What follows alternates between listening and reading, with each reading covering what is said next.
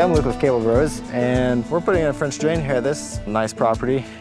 Basically, the process in which we do it, we'll come in, we'll excavate out all the poor soil and make sure we got good slope, usually using a laser or a level. And then once we get all the poor soil out, we'll line it with a geofabric that's non-woven that lets water through but doesn't let soil or anything get through. So we have 2 downspouts going in here. That'll tie into our solid pipe. We have a trench excavated out there, and then it stops here, but it's supposed to go all the way around to behind that shed for a French drain, so they don't have water sitting here.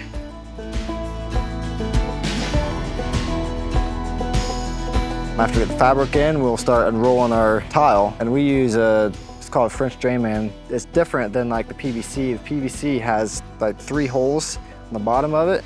We used to use that, but what can happen is there's holes go in the bottom, and then the dirt can push up against and kind of close those off.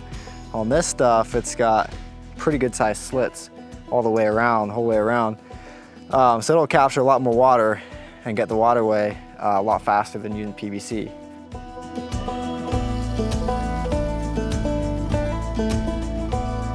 And then after we get that in, we install our pipe, we roll our pipe out. We always make sure that's seated at the very bottom of the trench, because if it's sitting off the trench a little bit, off the bottom of the trench, that'll create a water gap that's got to build up till it gets out. And then what happens if you're by trees, roots love finding water, so they'll just go right to that water. So we want to make sure all the water gets away as fast as possible. And then after we get that in, we'll backfill with a clean stone, 57s in this instance. And after we get that done, we'll pull the fabric up over top and create a burrito.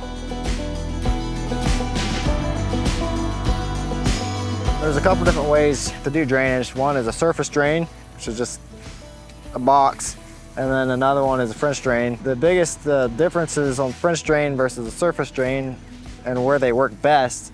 A French drain typically works better when you have saturated soil that it just does not dry out very fast, where a surface drain is great for low areas that the water will come in and it doesn't have a good way to get out, but it dries up fairly quickly. Okay, so a lot of times when we show up the job, we'll lay plywood down to minimize turf damage. That usually takes care of most of the turf damage. And then when we're all done with the job site, we'll pull it up and we'll take a blower and fluff it all up.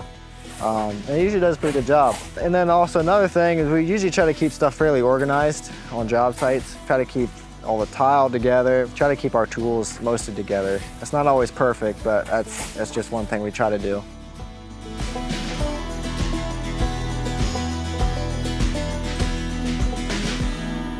So a lot of times when we do drainage, we'll bring in a sod cutter. We'll paint our lines out where we want it to run, sometimes check it with a laser, find our low points, especially if we're putting in a French drain. We'll take a sod cutter, strip up the sod, and then we'll just roll them in rolls and stack them beside the trench. And that way, when we're all done, we get our stone back in, our dirt back in, we'll just take that sod and roll it back out, and we'll tamp it down. We usually leave it mounted up just a little bit because naturally it always settles, and that usually leaves it looking pretty nice.